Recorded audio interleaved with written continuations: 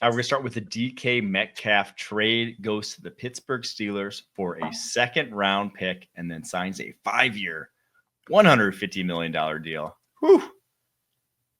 What are your thoughts on this one? Because I am still waiting for like a shoe to drop here.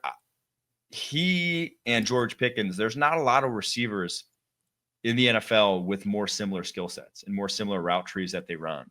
Like, yeah, you can have both in your offense, but they're not necessarily complementary. And I'm not sure that either is necessarily, I mean, DK is happy about the contract he got, but I'm not sure either is happy with splitting targets with similar guy on the opposite side here. Are they going to have to line up next to each other and just give each other like catty looks the whole pre-snap situation? I think about whether or not they have a sports psychologist on staff, and I immediately say, if you don't have one, hire two. These two guys, as we talk about all the time, are as talented as anybody in the National Football League. And the next statement I'm about to make leans more towards our guy, Jorge Pickens, who is incredible to watch, but at any given moment could become checked out mentally and affect your entire team's offense, which is built around the talent that George Pickens is. So to add another fiery, explosive guy who is, potentially 150 yards and 2 touchdowns, or potentially 5 targets, 2 catches, 2 personal fouls, I'm not quite sure that it fits the right way. My question is, who's going to be throwing these guys the football? Who's going to be leading this wagon week in, week out? Because if you do have the right voice in the leadership position, in the huddle, I can see a world where DK Metcalf and George Pickens are, Batman and Robin, or 2 more equal characters.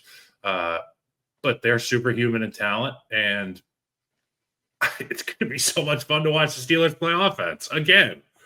Oh, dude, I mean, the tea leaves are Aaron Rodgers, right? There's not really. I mean, Russell Wilson. I do think Russell Wilson with DK and George Pickens, like, those are 2 guys who set up well for a skill set. Moonballs. Rodgers would work too, though. But who's signing up for whatever that's going to be on a week in, week out basis? George Pickens and DK Metcalf. Aaron's going to bring a Brinks truck, and there's not going to be money in it. There's going to be 1,000 tons of ayahuasca, and they're going to have a big sit down, a powwow. They're going to get it all out. They're going to answer any questions that one another might have. And I think they're going to share a brain. He could shaman them through this season. It could be fun. Dude, I mean, if anyone can keep him in line, I mean, Mike Tomlin, I trust too, but like, this is going to be a tough ask. It's going to be a tough ask. All right, the other trade we didn't get to over the course of the weekend, Geno Smith moved for only a 3rd-round pick from Seattle to the Las Vegas Raiders for now to play on 1-year deal in Las Vegas, $31 million. I assume the Raiders will try to work out an extension at some point here with him. You didn't give up a 3rd-rounder just for a 1-year rental, but maybe they did. What are your thoughts on this one? Well, my thoughts are the Las Vegas Raiders had to get better at the quarterback position. They had zero stability at the position. You bring a guy like Tom Brady into the ownership fold, and immediately the priority becomes, we've got to find a guy who, if it's not our guy for the future, can be the guy for now, leading into who we're going to go get. Geno Smith is a guy that's really talented, and he has been great in big situations. He's a clutch player. He's a guy that hasn't had that superstar treatment his entire career. He's had quite an arc to get to where he is today.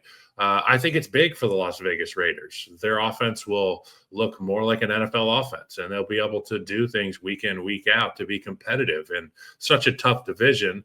I think it's important to have a guy who can throw the ball all around the yard, and you're going to be having to match production with guys like Justin Herbert and Patrick Mahomes, and obviously Bo Nix is coming right up the totem pole as well.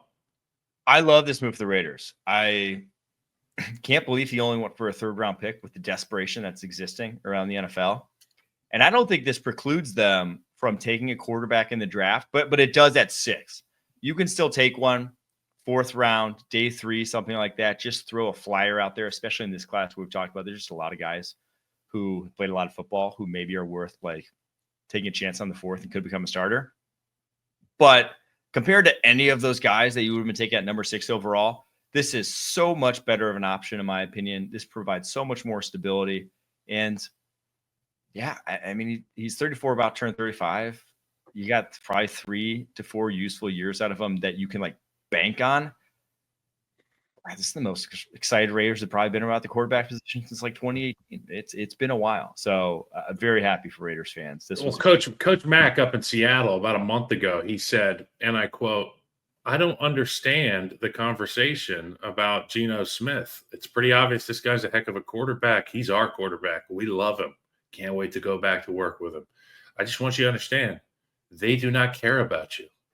And if you're not exactly what they want, you're going to be gone. You're going to be in another set of colors. And it's just, something I thought I'd point out, man. These, don't even watch the press conferences. I would say, right. You're wasting your time. You're just wasting your time. It's brain rot. It's like listening